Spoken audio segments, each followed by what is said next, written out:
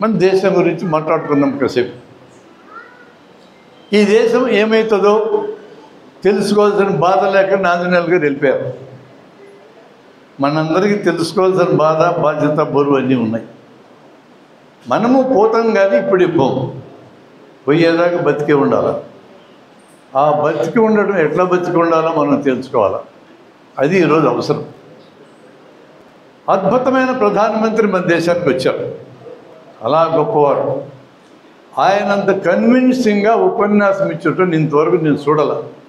బహుశా నాకు కూడా అంత గొప్పగా చేత కాదేమో. అందుకే నేను అభినందిస్తున్నాను. ఈ మధ్యనే జనవరి 22వ తేదీన రామరాజ్యం అని దేశమంతా చెప్పేశాడు. రామరాజ్యం గురించి 2 మాటలు మీకు నేను చెప్పాలని కోరిక ఉంది నాకు.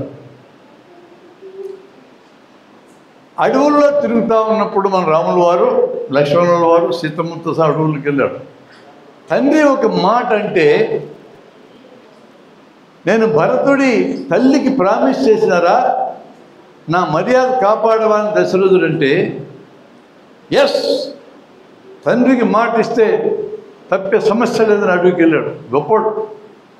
ఇప్పుడు ఎంతమంది కొడుకులు అట్లా అంటారో నాకు తెలియదు, కానీ ఆయన మాత్రం అన్నాడు.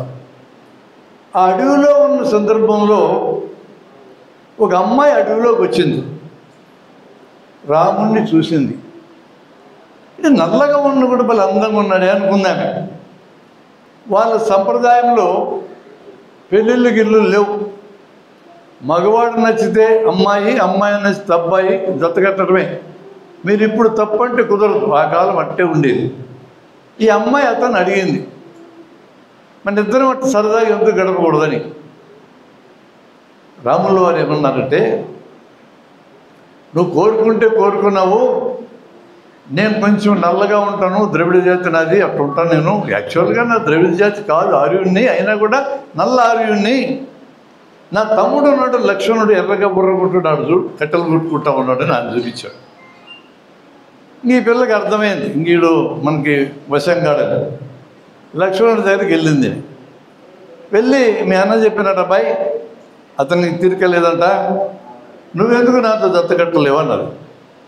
రాముడు ఏం చెప్పి ఉండొచ్చు, అట్లా చెప్పకుండా, నేను భార్యతో సహా వచ్చిన తల్లి, నేను ఏకపత్నితుణ్ణి, భారతదేశంలో జనానికంతా సూత్రప్రాయంగా ఆదర్శపడుతున్నా నేను. నా భార్య కూడా నాతో వచ్చింది, లోపల పర్ణశాలలో ఉంది, నీతో నాకేం పని అంటే అయిపోయింది. ఆమె ఇష్టం ఎవరిని ఎత్తుకుంటుందో, నేను కాదు వాడి దగ్గరికి పోన్నారు అన్నాడు. మరి అతని దగ్గరికి పోతే అతనేం చెప్పి ఉండాలా లక్ష్మణుడు, నాకు కూడా పెళ్ళి అయింది మా అన్నతో పాటు, ఆమె పేరు ఊర్మిళ, ఆమె అక్కడ అయోధ్యలో నిద్రపోతా ఉంది, నేను తిరిగి వెళ్ళేదాకా నిద్రపోతానే ఉంటుంది, మత్తుమంది చూసిన, నాకు కూడా నువ్వు అక్కర్లేదు అనాలి. ఏం మాట్లాడకుండా బొడ్లోంచి కత్తి సర్రని పీకి ముక్కు చెవులు కట్టెక్కిని కోసేసినాడు. ఈరోజు కానీ భారత రాజ్యాంగం ప్రకారం మీరెవరన్నా కోపం వచ్చి మీ భార్య అయినప్పటికీ కూడా, ఇక ముఖం తెలియని వస్తే పెద్ద కథ అవుతుంది. నీ భార్యని కోసిన కూడా బొక్కలో పెడతారు. బొక్కలో ఏం సార్ లాయర్ గారు అవునా కదా, ఎడబెడతారండి. ముక్కులు చెవులకు వస్తే లక్ష్మణుడు కోశాడు. ఈ చెల్లెలు సుర్పణఖ పేరు అన్న దగ్గరికి పోయి మొత్తుకుంది. ఏమన్నా నేనేం తప్పు చేసినా, ఇద్దరు బాగా అందంగా కనపడరు, ఎవడు కూడా రండి నాతో అంటే రానని చెప్పొచ్చు కదా. రానని చెప్తే పోయేదాన్ని నా పాటికి. నేను చెప్పబెట్టుకుని ముక్కులు చెవులకు వస్తే ఏమన్నా ప్లాస్టిక్ సర్జరీ ఉంది అతికించడానికి, ఏం కావాలన్నా వికారంగా నా ముఖాన్ని మారిస్తే అని చెప్తే అది కోపం వచ్చి అతను సీతమ్మని ఎత్తుకోపోయాడు. అరే ఆ రాజు అయినా ఆడవాళ్ళ మీదనే దాడి చేస్తాడు, ఈ రాజు అయినా ఆడవాళ్ళ మీద దాడి చేస్తాడు. ఏమి రాజులే పరిగమాల రాజులు ఆడవాళ్ళ మీద దాడి చేసేది సిగ్గు లేకుండా. కోపడగాకండి, సిగ్గు లేకుండా ఎవడు చేసినా సిగ్గు లేకుండానే చెప్పాలి, తప్పదు కదా. అక్కడ ఏడాది ఉందామె, రావణాసురుడు ఆమె జోలు రాలే. ఎవ్రీడే ఈవినింగ్ వచ్చేవాడు. ఏడు చెట్టు కింద ఎందుకు కూర్చుంటాం, ఏడు చెట్టు కింద ఎందుకు కూర్చుంటాం, లోపలికి రా, బ్రహ్మాండమైన పరుపు ఉంది, ఆడు ఎత్తుండి పరుపు, ఆడు పడుకుందురా అంటుండేవాడు. నేరా అనేది రానగానే వెళ్ళిపోయాడు. మరి ఇక్కడ రావణుడు ఎట్ట ప్రవర్తించాడు, రాముడు ఎట్టు ప్రవర్తించాడు మీరు తెలుసుకోండి అప్ప, నాకు సంబంధం లేదు. రావణాసురుడు రాజు మంచోడు కాదని మీరు అందరూ అనుకోవచ్చు, నాకేం సంబంధం, ఇక్కడెట్లా ప్రవర్తించాడు పెట్టాడు. ఈ కథ అంతా అయినాక రామరాముడి యుద్ధం జరిగింది. ఆ యుద్ధంలో రాముడు వేసిన బాణం రావణాసురుడికి తగిలింది, కింద పడిపోయినాడు. జనరల్గా బాణాలతో వేస్తే తొందరగా సావరు, టైం పడుతుంది. తుపాకీతో వేస్తే మాత్రం దెబ్బకి లేచిపోతారు, అప్పుడు తుపాకులు లేవు. ఇది కింద పడిపోయిన తర్వాత రాముడు గమనించి, చాలా తెలివిగలవాడు రాముడు కూడా మన మోడీలాగానే, లక్ష్మణుడిని పిలిచి, ఒరే వాడు చచ్చేటట్టున్నారా, వాడు బ్రహ్మాండంగా రాజ్యం పరిపాలించిన హిస్టరీ ఉంది వాడికి, మనం 10 ఏళ్ళ నుంచి పరిపాలనలో లేమో, రేపు అయోధ్యకు పోతే ఎట్లా పరిపాలించాలో కొంచెం క్లాస్ చెప్పించుకోరారా అని లక్ష్మణుడిని రావణాసురుడి దగ్గర బతికాడు. లక్ష్మణుడు వచ్చి రావణ అని ఏదన్నాడు. నేను లక్ష్మణుడు అని, ఎందుకు వచ్చినామని, ఇంకా సత్యనాడు బతికినాడు చూడడానికి మీ అందరూ పంపించినాడు అనే. అది కాదులే, మా అన్న ఒక ముఖ్యమైన పని మీద దగ్గరికి పంపించాడు, నీకు క్లాసులు తీసుకోవడం అంటే బాగా ఇంట్రెస్ట్ కదా, రాజ్యం ఎట్టు పరిపాలించాలో నిన్ను కనుక్కొని రమ్మన్నాడు అని చెప్పాడు. క్లాస్ చెప్పడం అంటే రావణాసుడికి చాలా ఇంట్రెస్ట్, చచ్చేటప్పుడు కూడా క్లాస్ చెప్తున్నాడు. క్లాసా అయితే చెప్తా ఉన్నది, చాలా ఇంపార్టెంట్ విషయం చెప్తున్నా, ఈ బాణంతో ఎప్పుడు లోపల సస్తే పోతా, కానీ ఆ ఇంపార్టెంట్ విషయం మీ అన్నకి చెప్పాలని. ఏది చెప్పు రావణ అన్నాడు లక్ష్మణుడు. చాలా డేంజర్ జరగబోతుంది అన్నాడు. ఎవరికి, నీకా నాకా అన్నాడు. నీకే అన్నాడు. నాకేముంది, ఆల్రెడీ చస్తున్నా, నాకేమి డేంజరు, మీకు డేంజర్ జరగబోతుంది. నేను బుద్ధి పొరపాటున సీతమ్మని ఇక్కడికి పట్టుకొచ్చిన, ఒక కబురు పెట్టుంటే సన్నాసులారా మీ ఇద్దరు, ఈమె వెనక్కి పంపించి ఉండదు కదా, డైరెక్ట్గా వచ్చి బాణాలతో చంపేస్తుంది అనవసరంగా. ఈమె ఏం పని చేసింది అనుకుంటున్నావు ఇక్కడ, ఏం చేసింది అన్నాడు లక్ష్మణుడు. సెంటర్ పెట్టిందయ్యా, సెంటర్ పెట్టింది ఇక్కడ. సెంటరా అన్నాడు లక్ష్మణుడు. నువ్వు అనుకున్న సెంటర్ కాదులే, అక్షరాస్త సెంటర్ పెట్టింది అన్నాడు. చుట్టూ కాపలా ఉండే రాక్షస స్త్రీలకి అందరికీ చదువు చెప్పటం మొదలుపెట్టింది. ఎంత డేంజర్ అనుకుంటున్నావు, చదువుకుంటే జనమందరూ రాజ్యాన్ని కోల్దొస్తారు జనం చదువుకుంటే. ఏమైనా ఇక్కడి నుంచి మీరు పట్టుకెళ్ళిన తర్వాత అయోధ్యలో కూడా సెంటర్లో పెడుతుంది, మీ కొంపలు ముంచుద్ది మీ అన్నకి చెప్పి సంగతి అన్నాడు. బాగా ఎక్కించుకున్నాడు లక్ష్మణుడు, వర్ణంగా చెప్పినాడు వచ్చి, అన్న చాలా పెద్ద విషయం చెప్పినాడు రావణాసురుడు మనకి, ఓ సస్తా కూడా పెద్ద క్లూ ఇచ్చినాడు మనకి. సీతమ్మని కానీ అయోధ్య పట్టుకెళ్తే లేపేస్తుంది మన రాజ్యాన్ని, అక్షరా సెంటర్లు పెడుతుందట. మాకు తెలుసు, మా మాల్యాందరికీ వీళ్ళందరికీ విజయ్ కుమార్కి అందరికీ మాకు తెలుసు సెంటర్లు పెడితే ఏమవుతుందో. అక్షరాస్యత మన రాష్ట్రానికి వచ్చినాక మా రాయలసీమలో ఫ్యాక్షన్లు మాయమైపోయింది, అంత ప్రభావం ఉండేది. పెద్దవాళ్ళకి చదువు సరిగా రాలేదు, కానీ పిల్లల్ని చదివించుకోవాలని కోరిక విపరీతంగా పెరిగింది. ఇది అక్షరాస్యత దెబ్బ. జనమందరూ చదువుకుంటే రాజుకు ప్రమాదం. అందుకనే మేము ఇక్కడ అక్షరాస్యత నడిపినప్పుడు కూడా సీతమ్మ కథ అని ఒక కథ ఉంటే, ఆ కథను చూసి భయపడి మా కోట్ల విజయభాస్కర్ రెడ్డి వాటిని రద్దు చేయాలన్నాడు. అంత భయం పరిపాలించడానికి ప్రజలు చదువుకుంటే. మరి రాముడికి భయం ఏదా, వీళ్ళందరికీ భయం వేస్తే ఎట్లాగైనా సీతమ్మని అయోధ్య తీసుకుపోకుండా ఉండాలన్న ప్లాన్ జరిగింది. ఏం చేయాల, సీతమ్మ నువ్వు సంవత్సరం లేకుండా పోయినావు, నాకు జనవాక్యం అంటే చాలా ఇష్టం, ప్రజలందరూ ఏమనుకుంటున్నారు, సంవత్సరం లేకుండా పోయిన సీతమ్మని చేరుకుంటాడా అని అనుమానిస్తున్నారు నన్ను. నువ్వు నీ శీలాన్ని పరీక్షకి గురి చేసి బయటకు వస్తే ఇవాళ మీకు పొదవన్నాడు. ఏం చేయాలన్నదా, ఏం లేదు, నువ్వు నిప్పుల్లో దూకు, బతికి బయటకు వస్తే నువ్వు సౌశల్యం కలిగినామవి కలిసి పుష్పకమానం ఎక్కిపోదామన్నాడు. సీతమ్మకు అర్థమైంది, మీకు కూడా అర్థమవుతుంది. అప్పుడప్పుడు మన మొగుళ్ళు భార్యను నిప్పు తగిలిస్తారు కదా, ఏమని అర్థమవుతుంది మనకి, ఖచ్చితంగా కాదు చేస్తారు. సీతమ్మకి అర్థమై ఏదో పెద్ద కుట్ర జరిగిందని వెనక అనుకుంది. కానీ భర్త ఏం చెప్తే తినేటామేమే, నిప్పుల్లో దూకమంటవా, దూకుతా కానీ అన్నది. సీతమ్మ కాబట్టి నిప్పులో కాలకుండా బయటకు వచ్చింది. విమానం ఎక్కి వెళ్ళారు. ఇక సెంటర్లో పెడుతుందో నాకు కూడా తెలియదు. కానీ అక్కడ ఒక బట్టలు ఉతికేటైనా రాముడు కాబట్టి భార్య తెచ్చుకుని ఎడుకుంటాడు, కానీ ఏడాదైనా నేను తెచ్చుకుంటున్నాను ఒక డైలాగ్ పెట్టాడు. ప్రజలు ఇలా అనుకుంటున్నారు. రాముడికి అనుమానం వచ్చి 7 నెలల గర్భవతి అయితే అడుగులకు పంపించాడు. నా పాయింట్ ఏంటంటే, శ్రీరాముడు ఎల్లప్పుడూ ప్రజల యొక్క వాక్యాన్ని పరిపాలించాడు. అక్కడేమో ఏడాది పాటు బయట ఉంటే ఎట్లా వస్తుంది అన్నందుకు నిప్పుల్లో దూకించి టెస్ట్ చేసినాడు. ఇక్కడ ఒక ఆయనైతే తీసుకొచ్చుంటారు, కానీ నేను తెచ్చుకుంటున్నాను అన్నందుకు అడుగులకు పంపించాడు. ఎల్లప్పుడూ ప్రజలు ఏం చెప్తే దాన్ని పాటించేటటువంటి స్వభావం కలిగిన శ్రీరాముడు. ఓకే, ఒప్పుకున్నా నేను. రామరాజ్యం తెస్తా అని మనం ఒడిశా ప్రజల వాక్యాన్ని ఏనాడు తెలుసుకున్నాడో నాకు చెప్పండి. ఇంకేమి రామరాజ్యం తెస్తా నీ పెద్ద మనిషి.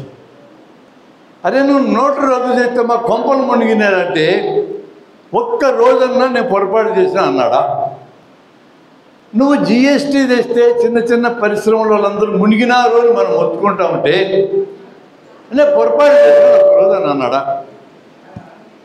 2014 ఎన్నికల సమయంలో విదేశాల్లో ఉండే లక్షల కోట్ల రూపాయలు తీసుకొచ్చి మీ అకౌంట్లో 15 లక్షలు వేస్తానని ప్రామిస్ చేస్తే, ఏం సార్ ఇంకా తెచ్చేయవేందని మనం అడిగితే జవాబు చెప్పాడా? ఎట్లా ఎన్ని చెప్పమంటావు నేను మా సార్ గురించి? నువ్వు రామరాజ్యం అంటావు. రాముడు కొన్న మంచి బుద్ధి ఒక్కటి నీకు లేకపోయినాయి. మరి నువ్వు రామరాజ్యం అంటే మేము ఎట్టన్నాం? మళ్ళా నువ్వు రాముడి దగ్గరికి వెళ్ళి విగ్రహం స్థాపిస్తే నువ్వు రామభక్తుడు అవుతావా? మేమందరం కాకుండా పోతామా? మాకంటే రాముడు ఇష్టం లేదా? నీకేనా ఇష్టము? మేము రామరాజ్యం గురించి మేము మాట్లాడుతున్నాం. రాముడు ప్రజాపాలనని అంగీకరించినప్పుడు ఎందుకు అంగీకరించు? ఆ తర్వాత ఒక రోజున ఓ బ్రాహ్మణుడు తన కొడుకు మరణిస్తే భుజాలు వేసుకొని వచ్చినాడు రాముడి దగ్గరికి. ఆయన ఎల్లప్పుడూ అందుబాటులో ఉంటారు, వైఎస్ రాజశేఖర రెడ్డిలాగా. గంట బీకితే బయటకు వచ్చినాడు రాముడు. కాహోనా ఏం కావాలి వై అని అడిగినాడు. నా కొడుకు చచ్చిపోయినాడు అన్నాడు ఈయన. నీ కొడుకు ఎందుకు చచ్చిపోయాడు నాకెలా తెలుస్తుందా అన్నాడు. నీకు తెలియాలని కాదు, నా కొడుకు చచ్చిపోయిన సంగతి నీకు చెప్పడానికి వచ్చినా అన్న. అయినా నేనేం చేయాలి? ఏమన్నా పైసలు కావాలన్నా చెప్పన్నాడు రాముడు. పైసల కోసం రాలే అన్నాడు. మరి ఎందుకు వచ్చినట్టు? నా కొడుకు ఎందుకు చచ్చిపోయాడు అని అన్నాడు. పాంగరి చచ్చిపోయినాడో తెలుగుడి చచ్చిపోయినాడో నాకెలా తెలుస్తుంది రా అన్నాడు రాముడు. అది కాదు అన్నాడు మరలా. మరి ఏందో చెప్పరా నాయన, అర్థమై సావడంలే. నువ్వు అక్కడే ఇన్ని నిమిషాలు తీసుకుంటే ఇంతమంది ఎదురు చూస్తున్నారు, ఏం చేయాలబ్బా నేననే. పోయి మీ గురువును వశిష్ఠుని అడుగుపో అన్నాడు. నేరుగా వశిష్ఠుడి దగ్గరికి వచ్చాడు. వశిష్ఠుడిని కూర్చోబెట్టి వాడెవడు వేపనాయుడు కొడుకును పట్టుకొచ్చినాడు. చచ్చిపోతే ఎందుకు చచ్చిపోయినా నన్ను అడుగుతాడు, నాకెలా తెలుస్తుందబ్బా అన్నాడు. నేను ఆలోచించి చెప్తాలే అన్నాడు వశిష్ఠుడు. మిగతా గురువులందరిని పట్టుకొచ్చి కూర్చోబెట్టి సమాలోచన చేసి కరెక్ట్గా తెలిసింది నాకు అన్నాడు. చెప్పు గురువు అన్నాడు. రామా, చాలా ప్రమాదం జరుగుతుందని నీ రాజ్యంలో. అడవిలో శంభూకుడనే శూద్రుడు వేదాలు చదువుతున్నాడు. అసలు శూద్రుడు చదువుకోకూడదు, ఆడవాళ్ళు చదువుకోకూడదు. ఎటు ఆడవాళ్ళకి ఎటు చదువు లేదులే మన రాజ్యంలో, బాగుంది. శూద్రుడు చదువుకుంటున్నాడు, చాలా ప్రమాదం. అయితే నేనేం చేయాలన్నాడు రాముడు. మాట మంతి లేకుండా కట్టెక్కినట్టు నరికిపారేయాలి అన్నాడు. బయలుదేరినాడు రాముడు. ఆ శంభుకుడు ఎక్కడున్నాడో కనుక్కున్నాడు. కనీసం శంభుక, మా గురువేట చెప్పినా నీ గురించి, నువ్వు ఎందుకు వేదాలు చదువుతున్నావు ఒక ఎక్స్ప్లెనేషన్ అని ఇయ్యనరా అనకుండా మాట మంత్రిలాగా నరికి అవతల పడేశాడు. నా ప్రియమైన 100కి 90 మంది కాగల ఈ దేశంలో 90 మంది కాగల శూద్రులారా, మీరే శూద్రులారా అంటే మీరు చదువుకుంటే మెడకాయలు నరకుతుంది రామరాజ్యం. అది తెస్తారంట మనం ఒడిశా. కావాలన్నా తెప్పించుకోండి. 2024లో కూడా గెలిపించండి. గెలిపించి రామరాజ్యం తెప్పించుకోండి. శూద్రుల మెడకాయలు నరికించుకోండి. మొదట నరకాల్సింది మోడీ గారిని అయితే గుర్తుపెట్టుకోండి, ఆయన శూద్రుడే.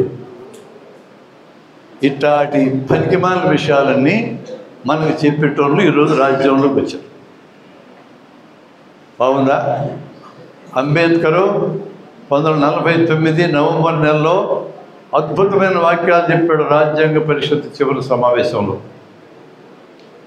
రాజ్యాంగం యొక్క డ్రాఫ్టింగ్ కమిషన్ చైర్మన్గా చెప్పాడు ఆయన. మేము ఈ రాజ్యాంగాన్ని బాగా రాయడానికి ప్రయత్నం చేశాము, అంత బాగా లేకపోతే దీన్ని మీరు సరి చేసుకోండి, అవకాశం కూడా పెట్టాము. మేము రాజ్యాంగం బాగా రాయలేకపోయినా పరిపాలించేవాడు మంచివాడైతే మీకు నష్టం జరగదు. మేము ఎంత మంచి రాజ్యాంగం రాసినా పరిపాలించేటోళ్ళు పనికిమాలిన ఎదవ సన్నాసి బుద్ధిహీనులు కానీ మీరు ఎన్నుకుంటే మీ గతి కుక్కల గతి అని చెప్పినాడు. ఎట్టోళ్ళు ఎందుకు చేసుకుంటున్నాం? ఆయన చెప్పిన అన్ని సలక్షణాలు, అద్భుతమైన లక్షణాలు కలిగి ఎదవలందరినీ గెలిపిస్తున్నాం. పని కట్టుకొని గెలిపిస్తున్నాం 75 ఏళ్ళ నుంచి.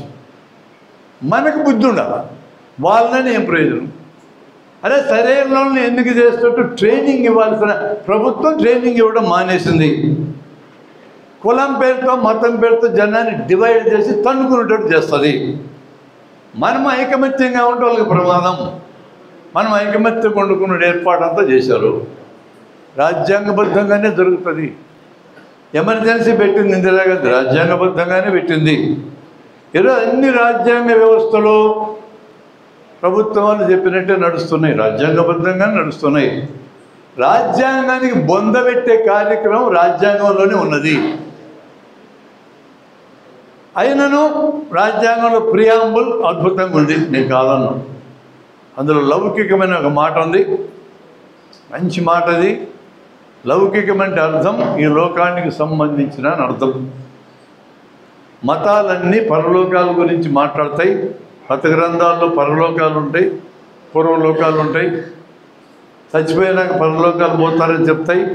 ఈ లోకములో ఉన్న ప్రవర్తన అంతా చచ్చిపోయినాక ఏం చేయాలనే దానికే ఉంటుంది.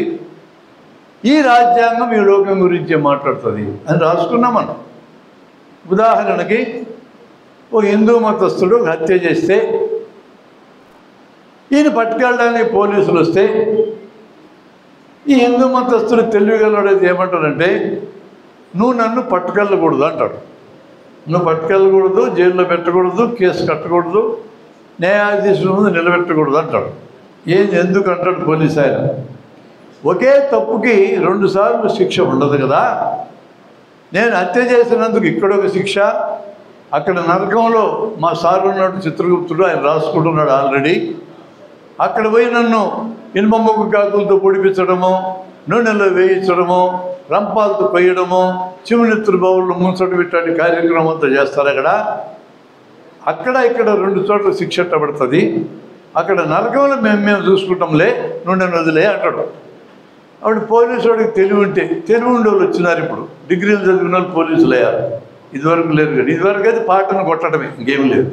ఇప్పుడు కొంచెం ఆలోచించి కరెక్టే నువ్వు చెప్పింది, ఒక తప్పుకు 2 సార్లు శిక్ష ఉండదు, నేను ఇప్పుడు పట్టుకెళ్తా, జైల్లో పెడతా, కేసు ఏర్పాటు చేస్తా, జడ్జి కానీ నువ్వే హత్య చేసినట్టు నిరూపణ జరిగితే బొక్కలో పెట్టిస్తా, నువ్వు చిత్రగుప్తుడి దగ్గర చెప్పుకో, అక్కడ ఆల్రెడీ శిక్ష పూర్తయింది భయా, నువ్వేంది మళ్ళా వేస్తావని అని అంటాడు.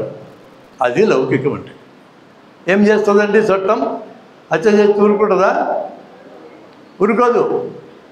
ఈ లోకంలోనే తేలిపోవాలా. మనం అప్పుడప్పుడు బుద్ధిహీనులమై తప్పుడు పనులు చేసిన వాళ్ళని ఏమి అనకుండా ఈడి పాపానికి ఈడే పోతాడు అని అంటుంటాం. ఒక్క ఎదవట పోలే, అందరు ఇక్కడే సర్వసుఖాలు అనుభవించి సచ్చారు.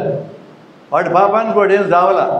మనం తంతే తప్ప వాళ్ళకి బుద్ధి రాదు, మనం తన్నాం, మనం మంచివాళ్ళని. ఇట్లాంటి డైలాగులు మనకు నేర్పినారు వీళ్ళు. మా కర్నూలులో బిర్లా ఫ్యాక్టరీ ఉంది, 1000 మంది వర్కర్లు ఉంటారు. ఇప్పటికి 50 ఏళ్ళ నాడు జరిగిన సంఘటన మీకు చెప్తున్నా వినండి. వర్కర్లు అందరూ 1000 మంది ఒక 100 రూపాయలు జీతం పెరగాలని గొడవ చేస్తారు. అప్పటికే వాళ్ళ జీతం ఉండేది 400. 100 పెరగాలి, మా జీవితాలు బాగలేవని సమ్మె చేయడానికి పూనుకున్నారు. బిర్లా యజమాని అద్భుతంగా ఆలోచించి ఒక 2 ఎకరాల స్థలానికి చుట్టూ కంచి కట్టి తాటాకులతో పందిళ్ళు వేయించి ఈ వర్కర్లు 1000 మంది వాళ్ళ భార్యల్ని పిల్లలు మొత్తాన్ని పిలిపించి 3 రోజుల పాటు గీతాజ్ఞాన యజ్ఞం పెట్టినాడు. ఏం చెప్పినాడు ఆ గీతకి నేను మెక్కినాను మద్రాసు నుంచి వచ్చాడు ఆయనకి ఫీజు 2,000 ఇచ్చాడు, రోజుకి 6,000 ఖర్చు. 2 ఎకరాలు కలిపితే 20,000 కూడా లేదు ఆ కాలంలో.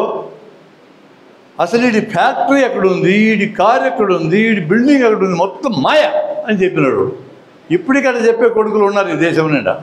అంత మాయా, వాడి ఆస్తి మాయా, వాడి డబ్బు మాయా, వాడి అంతస్తు మాయా, మన పేదరికం కూడా మాయా, మన ఉద్యోగాలు మాయా, అంత మాయ అని చెప్తే ఈ మాయలో పడి ఆ వర్కర్ల భార్యలు మొగులని డొక్కలో పొడిచి ఇంత బాగా ఏం చెప్తా ఉంటే ఈయన మీద సమ్మె చేస్తారా మీరు?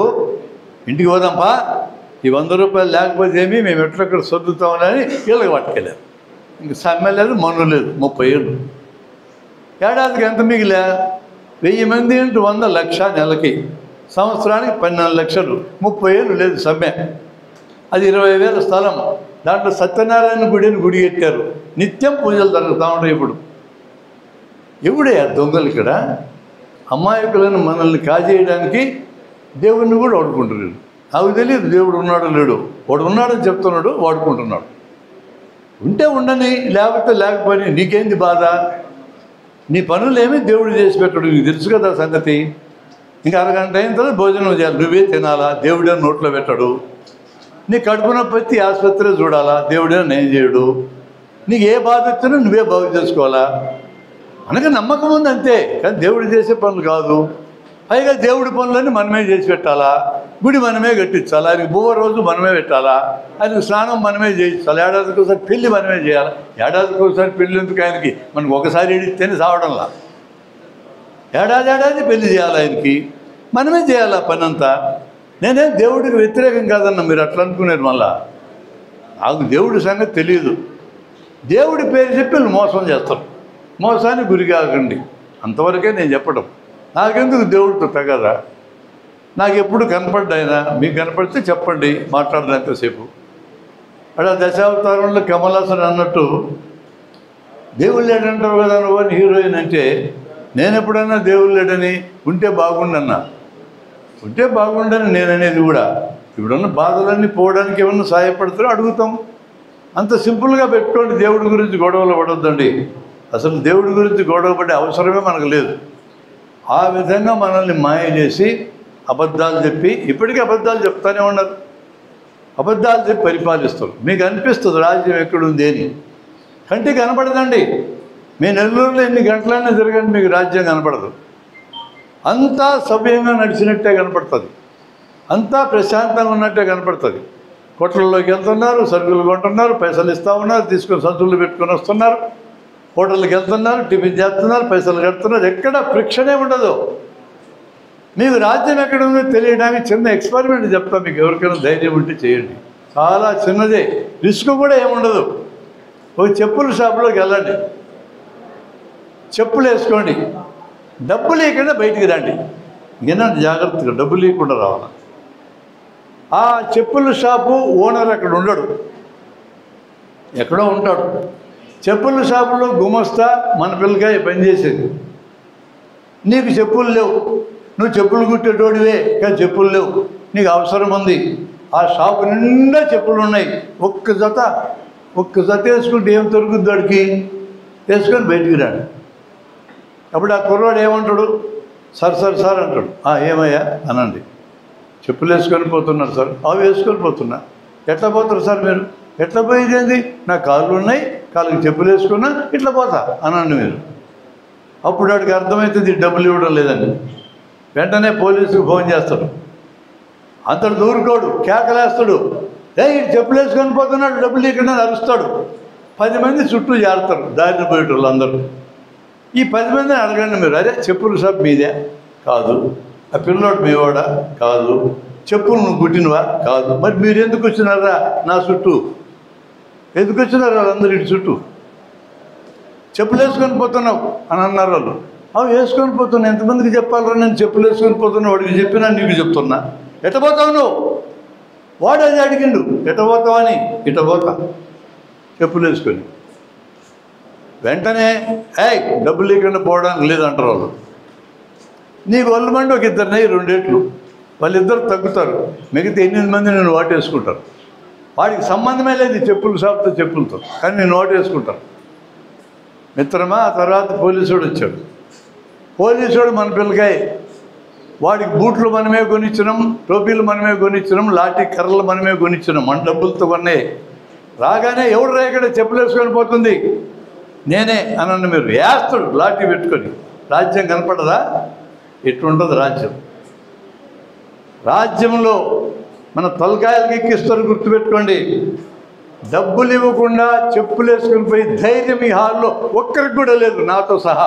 నేను చెప్తున్నా, అవునా కాదు మీరు తెలుసుకోండి. డబ్బులు ఇవ్వకుండా ఎట్టేసుకొని పోతాం అంటున్నాం మనం. అదే చెప్పులు గుట్టాలు, మాకు చెప్పులు లేవు, ఇటు గుట్టలు ఉన్నాయి, ఒక జత వేసుకొని పోతే నీ అబ్బా సొమ్ము ఏం పోద్దురా అని అనం. అది ఇక్కడ ఎక్కించినారు, తలకాయకి ఎక్కించినారు. ఈ నెల్లూరులో ఒక్క ఘటన కూడా ఇట్టాడు జరగదు. ఇప్పటికి 50 ఏళ్ళకి ఒక్కటి జరగల, ఇంక 100 ఏళ్ళ దాకా కూడా జరగదు. నేను చెప్తున్నా, అది రాజ్యం పవర్. అట్లాంటి రాజ్యాన్ని పనికిమాల తలమాసిన ఎదవల చేతుల్లో మనం పెడితే మన గతి ఏమైందో మీరు ఆలోచించుకోండి. అట్టాడాల చేతుల్లో మనం పెట్టేస్తారు రాజ్యాన్ని, ఇంత పవర్ఫుల్ రాజ్యాన్ని. బిఆర్ అంబేద్కర్ తన జీవితం అంతా ఎస్సీ ఐడెంటిటీ కోసం కృషి చేశాడు. మాలా మాదిగ లాంటి దాదాపు 1200 కులాలు ఈ దేశంలో ఉన్నాయి ఎస్సీ పేరుతో. మీరు విడివిడిగా ఉంటే ఈ గవర్నమెంట్ ఏమీ చేయలేరు, మీరందరూ ఒకటే గ్రూప్ కిందకి రండి, అప్పుడు మీరు రాజకీయంగా ప్రభావం చూపొచ్చు అని ఆయన చెప్తే జీవితం అంతా 35 ఏళ్ళు ఖర్చు పెట్టాడు. ఎస్సీ ఐడెంటిటీ తెచ్చాడు ఆయన. 18% ఉన్న ఎస్సీలకి 16.5 రిజర్వేషన్ తీసుకొచ్చినప్పటికీ ప్రధానమైన కులాలైన మాల మాదిగల మధ్య పెళ్ళిళ్ళు జరుగుతున్నాయా? జరగడంలో, ఇప్పటికీ జరగడంలా. ఐఏఎస్లు ఐపీఎస్లు మాలవారి సంఘం వేరు, మాదివారి సంఘం వేరు. ఇప్పటికీ ఆయన అంత కృషి చేస్తే జరగలేదేంటి? దానికి కారణం అంబేద్కర్ దగ్గర లేదు, దానికి కారణం మనువు దగ్గర ఉంది. మనుస్మృతి ప్రకారం మాలలు అధికులు, మాదిగలు తక్కువలు. మొత్తం కొన్ని వేల కులాలని దేశంలో ఒకదాని కింద ఒకటి పేర్చినారు. ఈడు ఎక్కువ, వాడు తక్కువ, ఈడు ఎక్కువ, వాడు తక్కువ. ఎవడికి వాడే ఎక్కువ అని చూసి ఏడ్చుకోవడం, తక్కువ అని చూసి గర్వపడటం తెచ్చిపెట్టినారు. మాలలు కర్ణాల దగ్గర తలారులుగా పనిచేశారు ఎక్కువ. మాదిగలు చచ్చిపోయిన జంతువులు తోళ్ళు తీసి పట్టెళ్ళు, చెప్పులు, బొక్కెళ్ళు చేసినారు వాళ్ళు తక్కువ. అది ఎక్కింది తలకాయకి. ఇక్కడ నేను ముఖ్యమైన విషయం మీకు నేను మనవి చేయాలి. ఏంది భావజాలం, కల్చర్ ఇక్కడికి ఎక్కిస్తే ఎన్ని పనులన్నా చేస్తుంది. జీవితం అంతా ఖర్చు పెట్టిన ఆయన మాట వినలేదు. ఎప్పుడో 1200 ఏళ్ళ నాడు పోయినటువంటి మనువు మాట విన్నారు. అప్పుడప్పుడు మన ఎస్సీ మిత్రులు టోకన్గా వీధుల్లోకి వచ్చి మనుస్మృతిని తగలబెడతారు. అప్పుడు తగలబెట్టాడు అంబేద్కర్, అది టోకన్గా ఇల్లు చేస్తాం. మనం అప్పుడప్పుడు జయంతులు, వర్ధంతులు చేసినట్టుగానే టోకన్గా చేస్తూ ఉంటాం చాలా. వాళ్ళ దగ్గర మనుస్మృతి కాపీలు మస్తున్నాయి. ఒకటి తగలబెడితే ఆల్కేం పోద్ది. మనుస్మృతి ఇక్కడెక్కింది, మనుస్మృతి అక్కర్లేదు. దీనికే నేను చెప్తున్నా, భావజాలం బలమైంది అనేది మనకు అర్థం కావాలి. నేను ఒక బ్రాహ్మణ్ కథ చెప్తా, బ్రాహ్మణులు కోప్పడద్దండి. అది ఒక ఆయన రాసింది మీకు చెప్తున్నా. రాణి శివశంకర శర్మని గుంటూరులో ఉంటాడు, జైలుగా జూనియర్ లెక్చరర్గా. ఒకసారి రిటైర్ అయి ఉంటాడు ఇప్పటికి. ఆయన ది లాస్ట్ బ్రాహ్మణ్ అనే బుక్ రాశాడు. ఆ బుక్లో ఒక పేర నేను మీకు చెప్తున్నా, ఒక్క పేర. దాన్ని 4 పేజీలకు పెంచినా మీకు. నేను బ్రాహ్మణ్ణి, నేను పొలాల్లో పనిచేయను, మా ఇంటికి బియ్యం వస్తాయి. నేను కూరగాయ పాదులు పెంచను, మా ఇంటికి కూరగాయలు వస్తాయి. నేను గేదెల్ని పెంచను, మా ఇంటికి పాలు వస్తాయి. మీరందరూ ఏమనుకుంటారంటే, వీడెవడు రా పనికిమాలినోడు, ఊరికే కూర్చొని అన్ని మిగుతున్నాడు అనుకుంటారు మీరు. లేదా, నేను చాలా పెద్ద కార్యక్రమం చేస్తున్నా, నేను భావజాలం నిర్మిస్తూ ఉన్నా. నేను రాసిన ఒక శ్లోకం మీకు వినిపిస్తే ఒక్క ముక్క మీకు సచ్చిన అర్థం కాదు, భయపడతారు మీరు. శ్లోకాలు పాడేవాడు అంటే గౌరవం ఎక్కువ మనకి, అదేందో తెలియదు మనకి, భయపడతాం. నేను పెళ్లి మంత్రాలు రాస్తే మీరు నోరు మూసుకొని వింటారు.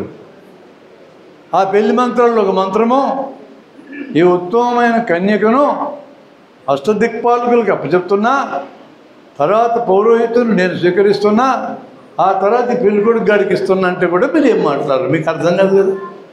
అష్టదిక్పాలకులకి ఈ పిల్లని ఇచ్చేది ఏంది? అదైనాక ఈ బేపనయ్యకి ఇచ్చేది ఏంది? అదైనాక ఈ పెళ్ళికొడుకు ఇచ్చేది ఏంది? మీకు తెలుగులో చెప్తే మాత్రం లేచిపోతారు, అక్కడ ఉండరు. సంస్కృతంలో చెప్తారు ఎవడికి అర్థం కాకుండా. పట్టపగలు ఈ పెళ్ళి అయిన అమ్మాయిని అబ్బాయిని బయటికి తీసుకెళ్ళి ఈశాన్యం దిక్కు చూపించి, అదిగో అరుంధతి అంటే అందరూ అవు కనపడదు అన్నారు. ఇక్కడ ఉన్న వాళ్ళు కూడా చాలా మంది అన్నారు, నాకు తెలుసు. నేను ఎవరి సంగతితో చెప్పడం లేదు, మీ సంగతి చెప్తున్నా. ఏడున్నాడయ్యా మనువు? ఇక్కడ ఉన్నాడు మనువు. ఇక్కడ ఉన్నోడిని దించకుండా మీరు మనుషుని ఏం చేస్తారు? ఏం చేస్తారు మీరు? మీరు తగలబెడితే ఎక్కడికి పోతుంది? మీ తలకాయలు ఎక్కించినాక మానవుల అధికులు మాదికలు తక్కువ వాళ్ళని తలకాయలు ఎక్కించినారు. కమ్మోళ్ళు బేపనోళ్ళు కోమట్లు రాజులు రెడ్లు పెద్దోళ్ళని తలకాయలు ఎక్కించినారు. వీళ్ళందరికీ రిజర్వేషన్ ఇస్తే గెలిచిన ఎమ్మెల్యేలు ఎంపీలు ఈ కమ్మోళ్ళకి రెడ్డోళ్ళకి సేవ చేస్తూ ఉన్నారు, ఎక్కించినారు తలకాయకి. ఏం చేస్తారు మీరు? బీసీ ఐడెంటిటీ అయితే అరుస్తారు, మీకు నాయకులు మీకోసం పనిచేయరు. ఏం చేస్తారు మీరు? మీ బీసీ నాయకుడే కదా మోడీ సాబ్, బీసీల కోసం పనిచేయడు. ఏం చేస్తారు? తలకాయలకి ఎక్కిన దరిద్రం ఆ దుమ్మును వదిలించుకుంటే తప్ప మనం ఏం చేయలేము. ఆలోచించాలి సీరియస్గా ఇవన్నీ. అందుకనే మిత్రులారా, సమయం సందర్భం సంస్మరణ పోయిన వాళ్ళని సంస్కరించుకోవడం కోసం, బతికుండే వాళ్ళ కోసమే. వాళ్ళకి మనం ఏం చేయలేము. ఆయన అద్భుతం చేశాడు, ఒప్పుకున్నాడు. ఈయన ఒక అద్భుతం చేశాడు, పిల్లలు చదువుకోవడానికి ఇచ్చాడు. ఇవి రెండు గొప్ప విషయాలు. వాళ్ళకి తోడ్పడ్డ బంధువులందరికీ మరోసారి కృతజ్ఞతలు. వాళ్ళని అడ్డం పెట్టుకొని బతుకున్న వాళ్ళ గురించి మాట్లాడాలా. ఈరోజు బతుకున్న మనకి ఎదురవబోతున్న ప్రమాదం నేను చెప్తున్నా. అంతా బాగానే ఉంది కదా అని మీరు అనుకుంటారు, అంతా బాగేం లేదు. అసలు సమాజాన్ని సరైన వైపు తిప్పాలనుకునే అభ్యుదయవాదులు, వామపక్షవాదులు, రకరకాల ప్రోగ్రెసివ్ పీపుల్, వీళ్ళందరికీ ఏదో అద్భుతం జరిగితే బాగుండని కోరిక ఉంది. ఏదో అద్భుతం దాని అందరూ జరగదు, అది మనం చేస్తేనే జరుగుతుంది. ఎన్ఐఏ అనే సంస్థ ఉంది, సిబిఐ అనే సంస్థ ఉంది, ఇవన్నీ రాజ్యాంగబద్ధ సంస్థలు. మొత్తం ఈరోజు ఒక్క వ్యక్తి చెప్పిన మాట వింటున్నాయి ఈ దేశంలో. ఎన్నికల కమిషన్, ప్రధానమంత్రి, అపోజిషన్ లీడరు, ఇంకొక జడ్జి ఉండాలని ఎంపిక చేయడానికి చట్టం చేస్తున్నారు మొన్న పార్లమెంట్లో. ప్రధానమంత్రి, అపోజిషన్ లీడరు, ప్రధానమంత్రి నామినేట్ చేసిన ఒక మంత్రి. అంటే అర్థం ఏంటో తెలుసా? ఎన్నికల కమిషనరు ఎల్లప్పుడూ ప్రభుత్వం చెప్పినట్టే తయారవుతారు. ఇంకా ఏమి ఎన్నికల్లో వాళ్ళు అన్నీ ఎంపికలే. ఇవన్నీ జరుగుతానే మన కళ్ళెదురుగా. నాకు చాలా ఆశ ఉండేది చాలా కాలం క్రితం. వామపక్షాలు వాళ్ళందరూ చాలా బలంగా ఉన్నారు దేశంలో, వీళ్ళందరూ కలిసి దేశాన్ని ఉద్ధరిస్తారు అనుకునే కదా మేమందరం విద్యార్థి ఉద్యమంలో దిగింది. బ్రహ్మంగారు నాలాంటి వాళ్ళందరూ. కాలం గడిచే కొద్దీ ఇది అంత సులభంగా లేదని అర్థమైంది మాకు. అంత సులభంగా లేదని అర్థమైనాక మనం బ్యాక్ టు బేసిక్స్ మళ్ళీ మొదటికి వెళ్ళాల్సి వచ్చింది. ఎవరి దగ్గర ఫార్ములా లేదు. ఇప్పుడు ఇట్లయితే సమాజం మారద్దని ప్రయోగాలు చేయాల్సిందే. ఈరోజు యూత్ రావడంలో మన దగ్గరికి, ఇక్కడ ఉన్న వాళ్ళందరిలో మాలాంటి ముస్లిం బ్యాచ్ కొంత ఉంది, మధ్య వయసు బ్యాచ్ ఉంది. ఈ మధ్య వయసు బ్యాచ్ అందరికీ పెళ్ళిళ్ళు లేని, ఇదివరకు పని చేసినట్టు చేయరు. పిల్లలు పుట్టినారు, ఇంకాస్త పని తగ్గిస్తారు. పిల్లలు సెటిల్ కావాలా, ఇంకాస్త పని తగ్గిస్తారు. ఈ లోపల మళ్ళా ముసలోళ్ళు అవుతారు, పోయిందా, అయిపోయింది స్టోరీ. ఇంకా పిల్లలు రాకుండా ఎట్లా నడుస్తుంది ఉద్యమాలు? మన దగ్గరికి ఒక్కడు రాడు పిల్లోడు, వాడి ఆలోచనే మనకు తెలియదు. వాడు ఎట్లా ఆలోచిస్తున్నాడు, వాళ్ళ దగ్గరికి పోవాలి మనం. వాళ్ళు ఎట్లా ఆలోచిస్తారో తెలుసుకోవాలా. వాడి ఆలోచనకు అనుగుణంగానే వాడిని మనం వైపు మార్చాలి. వేరే మార్గం లేదు మనకి. ఈ పనిని మనకంటే సీరియస్గా చేసిన సంస్థ ఉంది ఈ దేశంలో. 100 ఏళ్ళు పనిచేసిన వాళ్ళు, దాని పేరు ఆర్ఎస్ఎస్. సరస్వతి శిశు మందిరాలు 75,000 పెట్టినారు. పెద్ద అయితే జనం మన మాట వినరని పిల్లప్పటి నుంచి పట్టుకున్నారు. వాళ్ళు తయారు చేసిన జనం 3 తరాలు తయారైనారు. వాళ్ళ వల్లనే 2 సార్లు మోడీ గారు గెలిచారు. అంత సీరియస్గా పనిచేశారు. 100 ఏళ్ళు ఓపికగా పనిచేసినారు. ఆ ఓపిక మనకి కూడా కావాలా? ఇప్పటికీ కూడా విద్యాలయాల్లో మనం చెప్పిన మాట వినేవాళ్ళు ఉన్నారు, నాకు డౌట్ లేదు. నేను నిత్యమే విద్యాలయాలకు వెళ్తున్నా. ఒక 5 నిమిషాల్లో పిల్లల్ని అద్భుతాలు చెప్పి మార్చగలం మనం. ఒక 1000 మంది పిల్లలున్న ఒక స్కూల్కి వెళ్ళాను నేను. కూల్ డ్రింకులు తాగుతారా అని అడిగాను. మొత్తం చేతులు ఎత్తారు తాగుతామని. 1000 మంది కూల్ డ్రింకులు తాగుతామన్నారు. కూల్ డ్రింకులు తాగడం ఎంత ప్రమాదకరమో, ఎంత పనికిమాలిన కార్యక్రమమో, ఎంత డబ్బుదండ కార్యక్రమమో 3 నిమిషాలు వివరించినాం మేము. 3 నిమిషాలు అయినాక పిల్లలందరిని అడిగా కూల్ డ్రింక్ తాగుతారని. ఒక్క పిల్ల కూడా చేయెత్తల. అంత పవర్ఫుల్గా మనం కమ్యూనికేట్ చేయగలం, మనకు ఆ శక్తి ఉంది. ఇప్పుడు నేను చెప్తున్న వాళ్ళ తల్లిదండ్రులు 2000 మంది, ఈ 1000 మంది తల్లిదండ్రులు. ఒక్క తల్లినో తండ్రినో ఆ డీ మార్ట్ దగ్గర, ఆ రిలయన్స్ మార్ట్ దగ్గర వెళ్ళి పెద్ద బండి నిండా కూల్ డ్రింకులు వేసుకుని ఇంటికి పోతూ ఉన్నారు. ఈ కూల్ డ్రింకులు తాగొద్దండి, ఇది మంచిది కాదని మీరు చెప్పండి, మీరు ఒప్పించగలరని చూద్దాం. నువ్వెవరు చెప్పడానికి? మా డబ్బులు మా ఇష్టం, నీ పని నువ్వు చూసుకో, మైండ్ యువర్ బిజినెస్ అని అనకపోతే అప్పుడు చూద్దాం. ఒక్క తల్లిని తండ్రిని మనం మార్చలేము, పిల్లల్ని మనం మార్చగలం. వారానికి ఒకసారి స్కూల్కి పోవచ్చు కదా, ఏం కష్టం మనకి? పోయి హెడ్ మాస్టర్ దగ్గరికి వెళ్ళండి, మేము పిల్లలకి పనికొచ్చి ఏం మాట్లాడుతామా అనండి. ఏం మాట్లాడతారంటే ఇప్పుడంటే పరీక్షల సీజన్ వచ్చింది, పరీక్షల్లో పాస్ కావడానికి టిప్స్ చెప్తామనండి. ఒకటి కాదండు. దానివల్ల ఏం జరుగుతుంది లోకం? అది కాదు ఇప్పుడు ఆలోచించాల్సింది. కనెక్ట్ అయ్యే మార్గం చెప్తున్నా. మేము అట్లే పోతున్నాం. ఇప్పుడు ఈ నెలంతా అట్లే పోతాం మేము. మార్చి 18 దాకా ఇదే మా కార్యక్రమం. పరీక్షలు అంటే భయమా? చెప్తాం రాంటమే కాదని హెడ్ మాస్టర్ లేడు. ఒక క్లాసులో దూరండి 8-9 తరగతులు కూర్చోబెట్టుకోండి, గ్యారంటీకి పాస్ అయ్యే టిప్స్ మన దగ్గర ఉన్నాయి. జరిగిన 5 ఏళ్ల పేపర్లు అన్నీ ప్రిపేర్ కాండి, 50% క్వశ్చన్లు అయ్యే వస్తాయి, ఖచ్చితంగా పాస్ అవుతాయి. ఇంకేం అక్కర్లా, రోజు చదవక్కర్లా, కంఠస్థం పెట్టక్కర్లా, టెన్షన్ పడక్కర్లా, అర్ధరాత్రి టీలు తాగి నిద్రపోగొట్టుకోకర్లా. తల్లిదండ్రులకు టెన్షన్ ఎక్కువ పిల్లలకంటే. ఈ దరిద్రం అంతా అక్కర్లా. 5 ఏళ్ల పేపర్లన్నీ తరువుగా చదువుకో. ఒక్కొక్క సబ్జెక్టుకు 2 రోజులు చాలు, 10 రోజుల్లో రెడీ అవుతావు, గ్యారంటీకి పాస్ అవుతావు. పాస్ కావడం నీ కోరిక అయితే, గ్యారంటీగా పాస్ కాగలని నీ కోరిక ఉంటే ఫస్ట్ క్లాస్ వస్తుంది, డౌటే లేదు. ఇంత సింపుల్ పరిష్కారాలు మన దగ్గర ఉన్నాయి. అంత సింపుల్గా మనం కనెక్ట్ కావచ్చు పిల్లలతో. అనేక విషయాలు పిల్లలతో మాట్లాడవచ్చు. 5 నిమిషాల్లో క్లాస్ రూమ్లో పిల్లల్ని ఓరియంట్ చేయొచ్చు. అద్భుతమైన కథలు చెప్పచ్చు మనం. టీచర్ ఎంత గొప్పోడు అని ఒక కథ చెప్పాను నేను. టీచర్ ఎంత గొప్పడు అంతే, 5 నిమిషాలు అయిపోయింది కదా.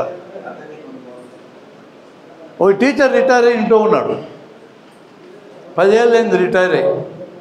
ఆయన దగ్గరికి ఐఏఎస్ ఆఫీసర్ వచ్చాడు. నమస్కారం పెట్టాడు. నీ స్టూడెంట్ అని సార్ నేను అన్నాడు. రే మస్తుగా చదువు చెప్పి స్టూడెంట్ అంటే నాకేం గుర్తుంటుందిరా అన్నాడు. ఒకసారి క్లాస్ రూమ్లో అద్భుతం జరిగింది సార్, 25 ఏళ్ళైంది జరిగి ఇప్పటికీ నాకు గుర్తుంది అట్లాగే, అందుకని మీరంటే నాకు ప్రేమ సార్ అన్నాడు. ఏం జరిగిందిరా అన్నాడు. ఇప్పుడు ఆ జరిగిన సంఘటన చెప్తాను. ఓ పిల్లవాడు వాచ్ పెట్టుకొని స్కూల్కి వచ్చాడు. వాడికి వాచ్ ఎందుకు? పిల్లోడికి వాడు అన్న దుబాయ్లో ఉంటే వస్తా వాచ్ తెచ్చాడు. సరదాగా పెట్టుకుంటానంటే పెట్టుకొని బడికి వచ్చాడు. అందరికీ చూపించుకున్నాడు. ఇప్పుడు అందరికీ చూపించుకునే కార్యక్రమాలకి ఇప్పుడు జరుగుతూ ఉండేది. ఐడెంటిటీ క్రైసిస్ వచ్చింది. అందరము వాట్సాప్లో లైకులు, ఫేస్బుక్లో లైకులు, మన బతికేది అయిపోయాయి. వాడు వాచ్ చూపించుకోవడం మొదలుపెట్టాడు.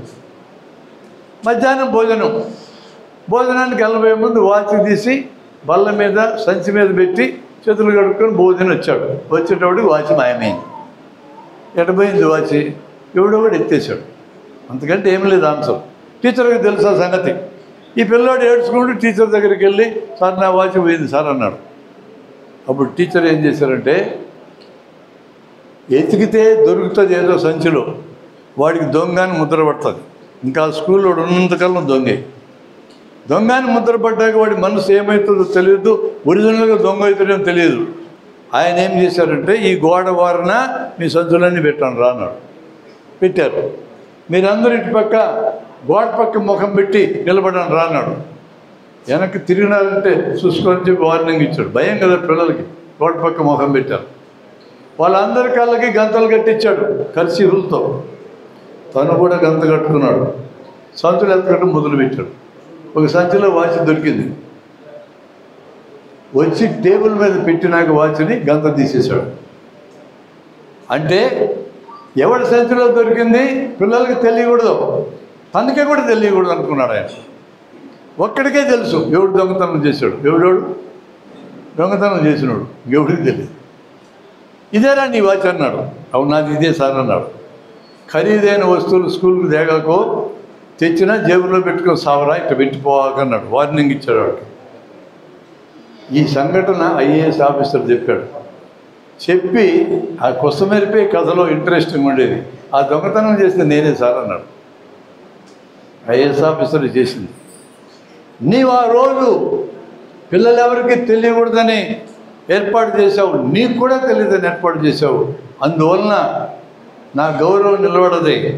నా జన్మలో నేను మళ్ళా దొంగతనం చేయలా. పట్టుదలగా చదివి ఈ స్థాయికి వచ్చిన నీ వలన నేను ఇంతటోనే అయినా సార్ అని చెప్తే ఆ టీచర్కి ఎంత ఆనందం కలుగుతుంది. ఇట్లాంటి ఒక ఎక్స్పీరియన్స్ చాలదా మన టీచర్లకి? ఇట్లాంటి కథలు ఎందుకు చెప్పకూడదు మనం? మీరు వెళ్ళండి, స్కూల్కి వెళ్ళండి, ఒక క్లాస్ ఇప్పించుకోండి, ఇట్లాంటి చెప్పండి పిల్లలకి. మరోవైపు ఆకర్షించబడతారు. నువ్వేం చెప్పినా వింటారు పిల్లలు. ఈ పిల్లలు 20 ఏళ్ళకి మొత్తం పెద్దోళ్ళు అవుతారు. ఆ రోజు దేశాన్ని కాపాడుకుంటారు. ఇప్పుడు మనం కాపాడగలిగే శక్తి మనకు లేదు. 2024లో మళ్ళీ మోడీనే మీరు అందరూ గెలిపించబోతున్నారని నాకు తెలుసు. అనుభవిస్తారు 5 ఏళ్ళు. మీ ఒళ్ళు దగ్గర పెట్టుకొని జాగ్రత్తగా ఉంటే 5 ఏళ్ళు బతుకుతాం. బతికిన తర్వాత ఆయన సంగతి చూడాలంటే ఇంకా 15 ఏళ్ళు పడుతుంది. రాముడు కూడా పెద్ద బాధ్యత తప్పచెప్పినాడు మోడీ. ఈసారి ఆయనే గెలిపించాలా, బాలరాముడు గెలిపిస్తాడు. వచ్చే 29లో కళ్యాణరాముడు గెలిపిస్తాడు. ఆ తర్వాత యుద్ధరాముడు గెలిపిస్తాడు. ఆ తర్వాత మళ్ళీ పరిపాలన రాముడు గెలిపిస్తాడు. ఇంక 4 సార్లు రాముడే గెలిపిస్తాడు ఆయన్ని. 4 సార్లు గెలిపించుకుంటూ ముగించాలనుకుంటే మన బుద్ధి జ్ఞానం తెచ్చుకొని తిరిగితేటలు తెచ్చుకోవాలా?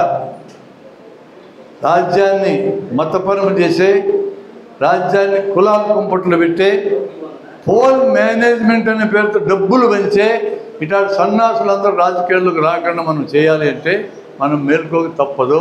వేరే మార్గం లేదు. ఒక్కడు విడివిడిగా పనిచేస్తే మనం ఏం చేయలేము.